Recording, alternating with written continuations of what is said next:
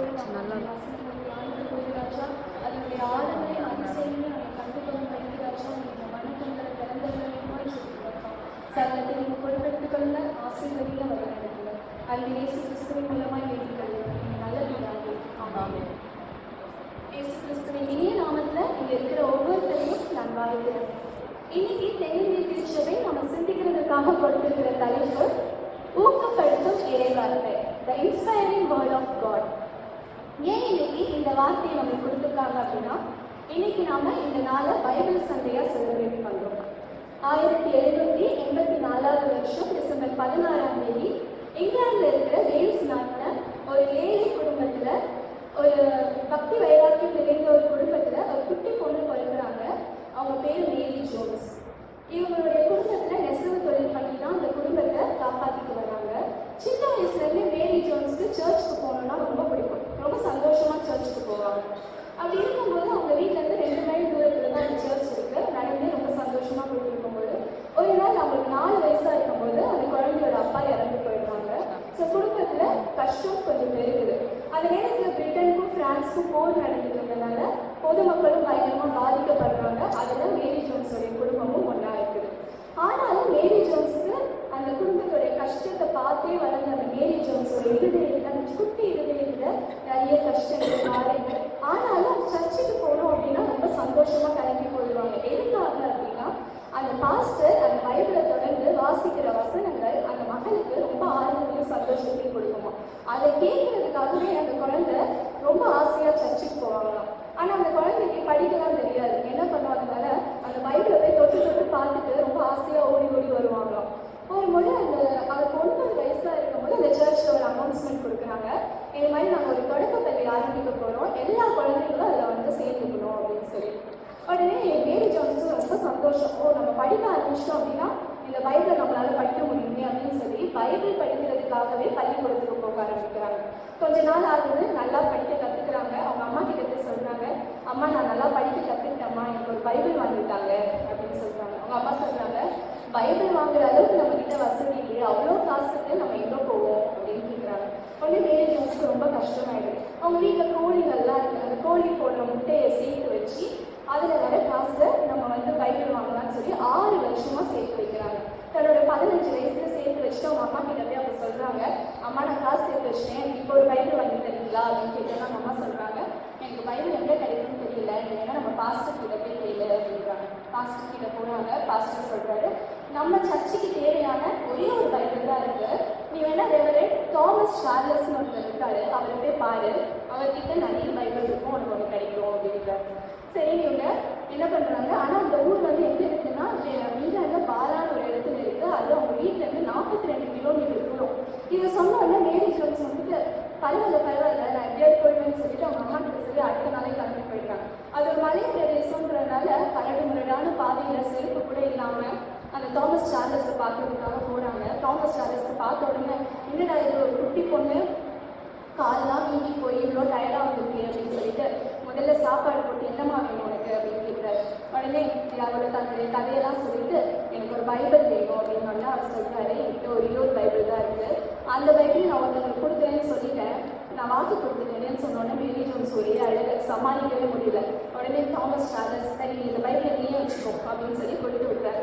அந்த மேரி ஜோன்ஸ் அந்த பைபிளை தன்னோட மார்போடு அணைச்சிக்கிட்டு, எங்க ஊர்ல கஷ்டப்படுறவங்க நிறைய பேர் இருக்காங்க, இந்த வார்த்தையெல்லாம் நான் உங்களுக்கு போய் சொல்லுவேன் அப்படின்னு சொல்லி ஓடி போனாங்களாம்.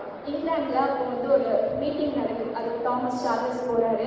போன உடனே அந்த மீட்டிங்ல வந்து தாமஸ் சார்லஸ் வந்து இந்த மேரி ஜோன்ஸை பத்தி சொல்றாரு. அங்க இருக்கவங்களுக்குலாம் ஒரே ஆச்சரியம், என்னடா ஒரு பைபிளுக்காக ஒரு குட்டி பொண்ணு இவ்வளோ தூரம் வந்துச்சா அப்படின்னு சொல்லிட்டு ரொம்ப ஆச்சரியப்பட்டு, ஒரு மனுஷனுக்கு அந்த பைபிள் எவ்வளவு சந்தோஷத்தையும் எவ்வளோ ஊக்கத்தி ஆறுதலையும் கொடுக்கும்னா, ஒரு மனுஷன் எவ்வளோ தேடி வந்திருப்பான், இந்த பைபிள் மற்றவங்களுக்கு கிடைக்கணும் அப்படின்னு சொல்லி பிரிட்டிஷ் அண்ட் ஃபாரின் பைபிள் சொசைட்டின்னு ஒன்று ஆரம்பிச்சு அதை நம்ம இலவசமாகவோ ஒரு கம்மி ரேட்டு இந்த பைபிளை மற்றவங்களுக்கு கொடுக்கணும்னு சொல்லி அன்னைக்கு ஆரம்பிக்கப்பட்டுச்சு. இன்னைக்கு நம்மளுடைய கையில் இந்த பைபிள்லாம் ரொம்ப ஈஸியாக கிடச்சிருச்சு, ரொம்ப கம்மி ரேட்லேயும் நம்மளுக்கு வந்து டெய்லி நம்ம கையில் இருக்கிற மாதிரி கிடச்சிருக்கு. முக்கியமான காரணம் இந்த மேரி ஜோன்ஸும் தாமஸ் சார்லஸும். ஆனால் இன்னைக்கு நம்ம நிறைய பேர் என்ன பண்ணுறோம் அப்படின்னா, இந்த சண்டே இந்த பைபிளை தொட்டுட்டு இதோட அடுத்த சண்டே தூசி கட்டி எடுத்துட்டு வர நிறைய பேர் இருக்கும்ல. இப்போ இந்த ஊக்கப்படுத்துகிற வார்த்தை. ஒரு மனுஷனுக்கு சந்தோஷத்தை கொடுக்குற இந்த வார்த்தையை நாம் எப்படி மற்றவங்களுக்கு எடுத்துட்டு போய் கொடுக்க போறோம்?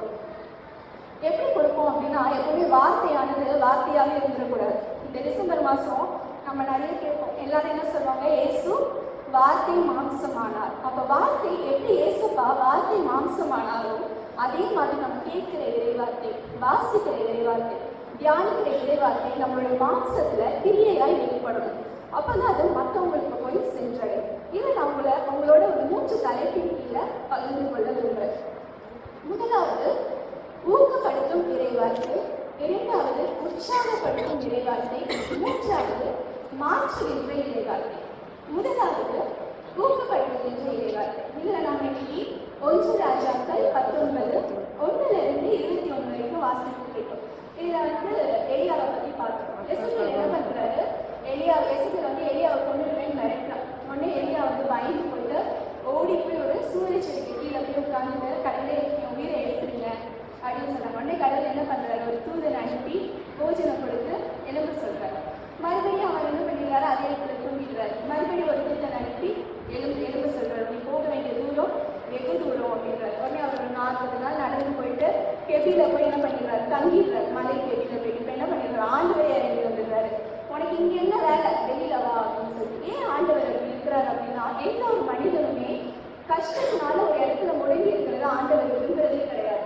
அதனாலதான் சங்கீதம் 34:18 சொல்லுது, நொறுங்குள்ள இருதயம் உள்ளவர்களுக்கு கர்த்தர் சமீபமாயிருந்து நறுங்குள்ள ஆவி உள்ளவர்களை ரட்சிக்கிறார். யாரு கஷ்டத்துல இருந்தாலும் கடவுள் என்ன பண்ணிடுவாரு? உடனே அவங்க பக்கத்துல அவங்களை ஊக்கம் கொடுக்கிறவரா இருக்கிறாரு. நம்மளுடைய வாழ்க்கையில கூட நம்ம நிறைய நாள் கஷ்டத்துல இருந்திருப்போம், கவலைக்கு மத்தியில இருந்திருப்போம். இந்த காலம் எப்படி நம்மளை விட்டு போக போகுதுன்னு நினைச்சு நிறைய நாட்கள் இருந்திருக்கும். எலியாவை போல சாப்பிட முடியாம, தண்ணி குடிக்க முடியாம இருந்த நாட்கள் நிறைய நாள் இருந்திருக்கும். அப்போ எலியாவை போல சாகணும்னு நினைச்ச நாட்கள் கூட நிறைய இருந்திருக்கும். ஆனா இன்னைக்கு நம்ம ஜீவனோட இருக்கிறோம் அப்படின்னா தேவன் நம்மளுக்கு கொடுத்த ஊக்கம். நம்ம எப்பவுமே தேவன் கிட்ட இருந்து ஊக்கத்தை பெற்றுக் கொடுக்கிறோம் அப்படின்னா மறுபடியும் என்ன பண்ணணும்? நம்ம சுற்றி இருக்கிறவங்களுக்கு அந்த ஊக்கத்தை கொடுக்குறவங்களா இருக்கும். எலியா அப்படிதான் இருந்தாரு. எலியா என்ன பண்றாரு அப்படின்னா, எலிசாவை போய் அபிஷேகம் பண்றதுக்காக போறாரு. இந்த எலிசா எப்படிப்பட்ட மனுஷன் அப்படின்னா, ஒரு வசதியான குடும்பத்துல பிறந்த மனுஷன். ஆனா சின்ன வயசுல இருந்து வியாதியால இருந்த மனுஷன். அவருக்கு உடம்புல ஒரு சின்ன முடி கூட இருக்காது. நம்மளை போல கண் இமை இருக்கா, இமையில இருந்த முடி இருக்காது, எந்த ஒரு முடியுமே இல்லாத நல்ல வாலிப பிள்ளைங்க என்ன பண்றாங்க? அவரை கேலி செய்யறாங்க, வலித்த தலையா ஏறிவா அப்படின்னு சொல்லிட்டு. அவ்வளோத்துக்கு பலவீனமான மனுஷன். 1 ராஜாக்கள் 19:19 பார்த்தீங்கன்னா ஒரு வசனம் இருக்கும். அப்படியே அவன் அவ்விடம் விட்டு புறப்பட்டு போய் 12 ஏர் பூட்டி உழுத சாப்பாத்தின் குமாரனாக எலிசாவை கண்டான். அவன் 12ஆம் ஏரை ஓட்டிக் கொண்டிருந்தான்.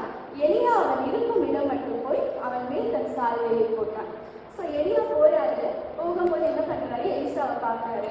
அங்க 12 ஏர் பூட்டி உழுதுட்டு இருக்கிறாங்க. அதுல எத்தனாவது ஏரை எலிசா ஓட்டிட்டு இருக்கிறாரு அப்படின்னா 12ஆவது ஏர், கடைசி ஏர். எப்பவுமே ஃபர்ஸ்ட் இருக்கிறவங்க ரொம்ப ஸ்ட்ராங்கான பர்சனா இருப்பாங்க, ரொம்ப ஸ்ட்ராங்கா ஓடுவாங்க டீப்பா. அது அடுத்தது இருக்கவங்க கொஞ்சம் கம்மி. அப்ப கடைசி இருக்கிறவங்க ரொம்ப ரொம்ப கம்மியா இருப்பாங்க. நம்மளுக்கு அந்த ஆர்டர் பார்த்தாலே தெரிஞ்சிடும், ஃபர்ஸ்ட் இருக்கிறவங்க பலசாலியான மனுஷன் போல, கடைசி இருக்கிறவங்க ரொம்ப பலவீனமான மனுஷன் போல அப்படின்னு சொல்லி. இந்த ஏரியாவுக்கு நம்ம போன உடனே தெரிஞ்சிருக்கோம், எலிசா ரொம்ப பலவீனமான மனுஷன் அப்படின்னு சொல்லிட்டு. இந்த ஏரியா நினைச்சிருக்குவாங்க, என்னடா கடவுள் இவனையா செலக்ட் பண்ணாரு? ஒரு தீர்க்கதரிசினா எத்தனை வேலை இருக்கும், எவ்வளவு பாடு பண்ணணும், இவ்வளவு பலவீனமான மனுஷனை இவர் தேர்ந்தெடுத்துக்கிறாரு அப்படின்னு நினைச்சிருக்குவாங்க. ஆனா எலியா அவர் நினைக்கல. என்ன பண்றாரு? போய் தன் சால்வையை போட்டு அவனை ஊக்கப்படுத்துறாரு. ஆனா அன்னைக்கு என்ன பண்றாங்க தெரியுமா? பவுல் சம்பவத்துல பார்க்கும்போது, நீ ஏசப்பா சொல்றாங்க, நீ போய் அவனுக்காக ஜெபின்னு சொல்லும்போது, ஐயோ சவுலா, அவன் எத்தனை பேரை கொலை பண்ணிட்டு இருக்கிறான், அவன் எப்படி இருந்தானே அப்படின்னு சொல்லிட்டு கடவுள்கிட்டே கேள்வி கேட்கிறாங்க. ஆனா இந்த எலியா பார்த்தீங்க அப்படின்னா கேட்கவே இல்லை. என்ன பண்றாரு? போய் அந்த சால்வையை போடுறாரு. இதே எலிசா ஒரு நாள் எலியா கிட்ட கேட்கிறாரு, உங்ககிட்ட இருக்கிற வரல் எனக்கு 2 தனியா வேணும் அப்படின்னு சொன்னேன். ஒரு எலியா சொல்லியிருக்கலாம்ல, நீ ஏன் ஒரு பலவீனமான மனுஷன், உனக்கு இருக்கிற வரத்தை வச்சு போவியா, இன்னும் 2 தனியா வர வச்சு நீ என்ன பண்ண போற அப்படின்னு கேட்டிருப்பாங்க. ஆனா அந்த மாதிரி ஒரு டிஸ்கரேஜான வார்த்தையை எலியா சொல்லவே இல்லை. அதனாலதான் ஏசப்பாவுக்கு அடுத்தபடியா பைபிள்ல நிறைய அற்புதங்கள் செஞ்சது இந்த எலிசா தான். இதை நம்ம எடிசன் ஸ்டோரியில கூட பார்க்கலாம். எடிசன் குழந்தையா இருக்கும்போது என்ன பண்றாங்க, ஸ்கூல்ல ஒரு டீச்சர் ஒரு லெட்டர் கொடுத்து, இதை உங்க அம்மா கிட்ட கொடு, நீ படிக்க அப்படின்னு சொல்லி கொடுக்குறாங்க. அதை போய் அந்த குழந்தையும் அவங்க அம்மா கிட்ட போய் கொடுக்குது. அவங்க அம்மா கிட்ட கொடுத்தோன்னே அவங்க அம்மா படிச்சுட்டு அவங்க முகம் மாறுது. உடனே அந்த குழந்தை கேட்குறான், என்னம்மா ஆச்சு, அதில் என்ன எழுதியிருக்காங்க அப்படின்னோடனே, அதில் வந்து நீ வந்து ரொம்ப அறிவாளியான குழந்தையா, ஆனால் உனக்கு சொல்லிக் கொடுக்குற அளவுக்கு இந்த ஸ்கூலில் யாருக்குமே தகுதி இல்லையா, அதனால உன்னை வந்து இந்த ஸ்கூலை விட்டு அனுப்புகிறாங்க அப்படின்னு சொல்லி போட்டுருந்தது அப்படின்னு சொல்லி. நாட்கள் கடந்து ஓடுது. அந்த சின்ன எடிசன் வந்துட்டு பெரிய சயின்டிஸ்ட் ஆகிறாரு. அவங்க அம்மா இறந்து போயிடுவாங்க. இறந்து போயிட்டதுக்கு அப்புறமா அவங்க அம்மாவுடைய திங்ஸ் எல்லாம் அவர் எடுத்து வைக்கும்போது ஒரு நாள் அந்த லெட்டரை பார்க்குறாரு. அந்த லெட்டரை திறந்து பார்த்தா அதில் எழுதியிருக்கு, உங்க குழந்தை ரொம்ப ஐக்கியூ லெவல் கம்மியான குழந்தை, மூளை வளர்ச்சி கம்மியான குழந்தை, இந்த குழந்தையெல்லாம் இந்த ஸ்கூல்ல வச்சுக்க முடியாது, வெளியில துரத்தி விடுங்கன்னு சொல்லி. ஒருவேளை அன்னைக்கு அந்த அம்மா வந்துட்டு, நீ ஒன்றை பெற்றதுக்கு நான் ஒரு அரிசி முடியை பெற்றுருக்கலாம், பிரோஜனமாக இருந்திருக்கும், இவ்வளோ முட்டாளாக கொண்டிருக்கியே அப்படின்னு சொல்லி டிஸ்கரேஜ் பண்ணியிருந்தாங்க அப்படின்னா அந்த குழந்தை முட்டாளாகவே போயிடும். ஆனால் அன்னைக்கு அந்த அம்மா என்கரேஜ் பண்ணனால இன்னைக்கு நம்ம பார்க்குற லைட்டு, ஃபேன் எல்லாமே இன்னைக்கு எடிசனை பற்றி சொல்லிட்டு இருக்கு. ஸோ நம்ம என்ன பண்ணணும், இந்த தேவனை மாதிரி மற்றவங்களை ஊக்கப்படுத்தி வளர செய்கிறவங்களா இருக்கணும். அடுத்ததான் உற்சாகப்படுத்துகின்ற இறைவார்த்தை. இதுல வந்து நம்ம லூக்கா 1வது அதிகாரம் 39 45 வசனங்கள் வாசிக்க கேட்டோம். இதுல வந்து எலிசபெத் மரியாளுடைய சந்திப்பு இருக்குது. இந்த எலிசபெத் எப்படி இருக்காங்க அப்படின்னா, ரொம்ப நாள் கழிச்சு பிரெக்னென்ட் ஆகிறாங்க. ஸோ ஒரு வயசான பிரெக்னென்ட் ஆகும்போது அவங்களுக்கு நிறைய பலவீனங்கள் இருக்கும், மனசளவுலையும் நிறைய பலவீனம் இருக்கும். ஏன் அப்படின்னா அவங்க ஹஸ்பண்டோடைய வாய் என்ன பண்ணிச்சு, கட்டப்பட்டுச்சு. அப்போ வந்து அந்த சமுதாயத்தில் இருக்கிற மக்கள் கேட்டுருக்கலாம்ல, என்னடா இவரே ஒரு ஆசாரியனாச்சு, இவர் வாயே கட்டப்பட்டிருக்கு, என்ன பாவம் செஞ்சாங்களோ 2 பேரும் சேர்ந்து அப்படின்னு பேசியிருக்கலாம். இல்லைன்னா இந்த குழந்தை வந்த நேரம் அவங்க அப்பாவுக்கு வந்து இப்படி ஆயிடுச்சு அப்படின்னு பேசியிருக்கலாம். ஸோ அந்த எலிசபெத்துக்கு வந்து மனசளவிலையும் உடல் அளவிலையும் பலவீனமான ஒரு காரணமாக இருந்திருப்பாங்க. இந்த மரியாதை பார்த்தீங்க அப்படின்னா எங்க ஒரு எக்ஸ்ட்ரீம்ல இருந்திருப்பாங்க. சமுதாயத்தினால ஒதுக்கப்பட்ட ஒரு மகளா இருக்கிறாங்க. எப்போ வரவங்கலாம் பேசியிருப்பாங்கல்ல, இதெல்லாம்ப்பா மரியாதை, புருஷனே யாரும் தெரியாத கர்ப்பமா இருக்கா அப்படின்னு சொல்லி பேசியிருப்பாங்க. அந்த மாதிரி நிறைய கஷ்டம் இருக்கும். ஆனாலும் இந்த மரியாதை என்ன பண்றாங்க அப்படின்னா, போய் எலிசபெத்தை வாழ்த்துறதுக்காக போறாங்க. அவங்களுடைய வார்த்தைகள் எப்படி இருந்தது அப்படின்னா, எலிசபெத்தை மட்டும் சந்தோஷப்படுத்தல, அது அவளுக்குள்ள இருந்த அந்த குழந்தைய சந்தோஷப்படுத்துற அளவுக்கு அவ்வளோ உற்சாகமான வார்த்தையை அவங்க பேசுறாங்க. அதான் நீதிமொழிகள் 18:21 சொல்லப்பட்டிருக்கு, மரணமும் ஜீவனும் நாவில் அதிகாரத்தில் இருக்குது.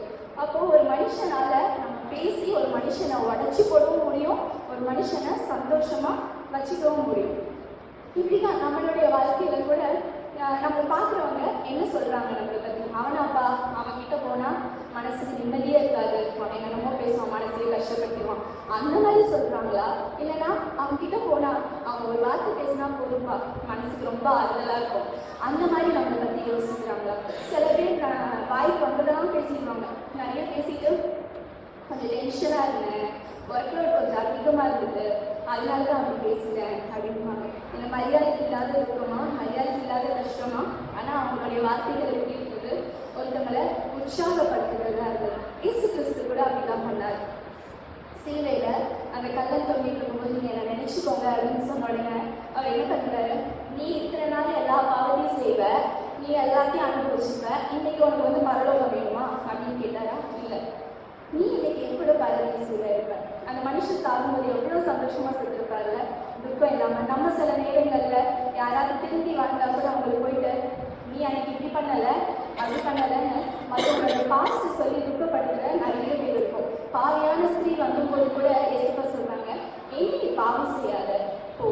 அந்த உற்சாகப்படுத்துகிற வார்த்தை, ஒருத்தவங்களை துன்பப்படுத்தாம மற்றவர்களை சந்தோஷப்படுத்துகிற வார்த்தை நம்ம கிட்ட இருக்கும்.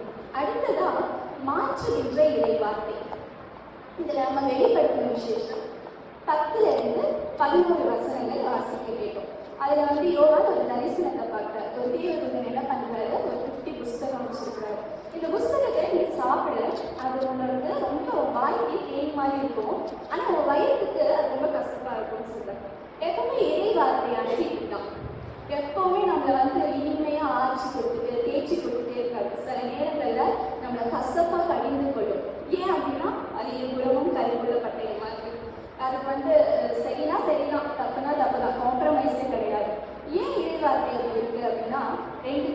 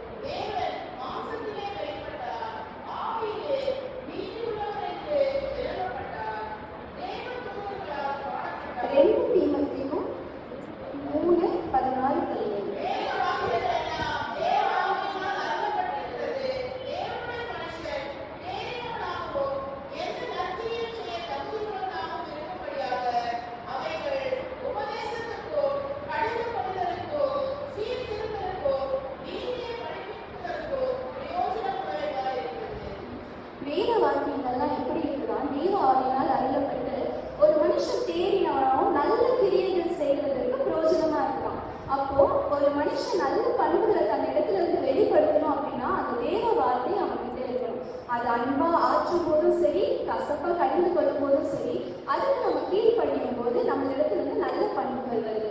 அந்த மாதிரி சில பேர் இருந்திருக்காங்க. அப்போஸ்தலர் 17:11 வாசிங்க. அப்போஸ்தலர் 17:11.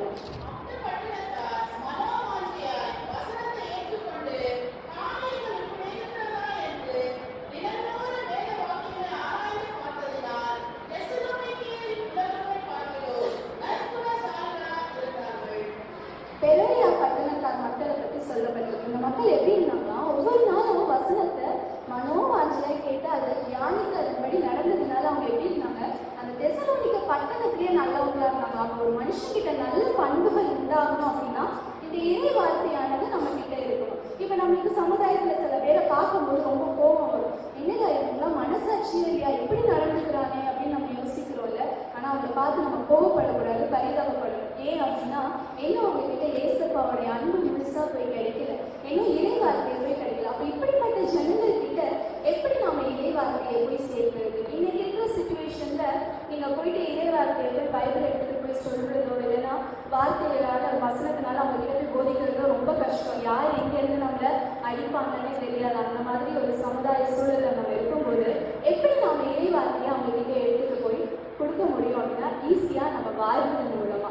1 கொரிந்தியர் 4:4 தேவ சாயலில் உள்ள சுவிசேஷ ஒளி, தேவ சாயலான சுவிசேஷ ஒளியை வந்துட்டு தேவனை அறியக்கூடாதபடிக்கு இந்த பிரபஞ்சத்தின் தலைவனானவன் இந்த உலகத்துல இருக்கிறவங்களை கண்ணை குருடாக்கி போட்டிருக்கிறான் அப்படின்னு சொல்றாங்க. அப்போ சுவிசேஷமானது எப்படி இருக்கு அப்படின்னா தேவ சாயல்ல இருக்கு. நான் இந்த ஜிஹெச்ல தான் இன்டர்ன்ஷிப் பண்ணேன். அப்போ இன்டர்ன்ஷிப் பண்ணிட்டு இருக்கும்போது என்னுடைய பேட்ச்ல 7 பேர் இருந்தாங்க. நான் மட்டும்தான் கிறிஸ்டின். அந்த 6 கேர்ள்ஸ் என்ன பண்ணுவாங்க அப்படின்னா, இந்த பாய்ஸ்லாம் நடந்து போயிட்டு வந்துட்டு இருக்கும்போது அவங்கள பார்த்துட்டு இச்சையான வார்த்தைகளை பேசுவாங்க. ஈவன் அந்த டீச்சிங் ஸ்டாஃப் இருப்பாங்க, மேல் டீச்சிங் ஸ்டாஃப், அவங்கள பார்த்தா கூட அவங்க கண்கள் எப்படி இருக்குன்னா இச்சையா காட்டும். அப்போ நான் ஒரு முறை அவங்க கிட்ட சொன்னேன், நீங்க பண்றது தப்புன்னு சொல்லிட்டு. அப்போ அவங்க வந்துட்டு அதை கன்சிடர் பண்ணிக்கலாம். செகண்ட் டைம் நான் அதை சொல்லும் போது கன்சிடர் பண்ணிக்கலாம். தேர்ட் டைம் அவங்க அந்த மாதிரி என்ன பண்ணாங்க அப்படின்னா, நான் போகும்போது வரும்போதுலாம் சர்ச்சில் இருந்து சிஸ்டர் வந்துட்டாங்க, கிண்டல் பண்ண ஆரம்பிச்சாங்க. அப்போ நான் அடுத்த வாட்டி பேசும்போது நான் அந்த இடத்துல எதிராம அங்கேருந்து எந்திரிச்சு வர ஆரம்பிச்சேன். அப்போ அதுல இருந்து ஒரு பொண்ணு மட்டும் என்கிட்ட வந்து கேட்டா, நீ ஏன் இவ்வளோ சென்சிட்டிவா இருக்க, இதெல்லாம் ஒரு பெரிய விஷயமா, நாங்கள் ஃபனுக்காக என்டர்டெயின்மெண்ட்காக தானே பேசுறோம் அப்படின்னா.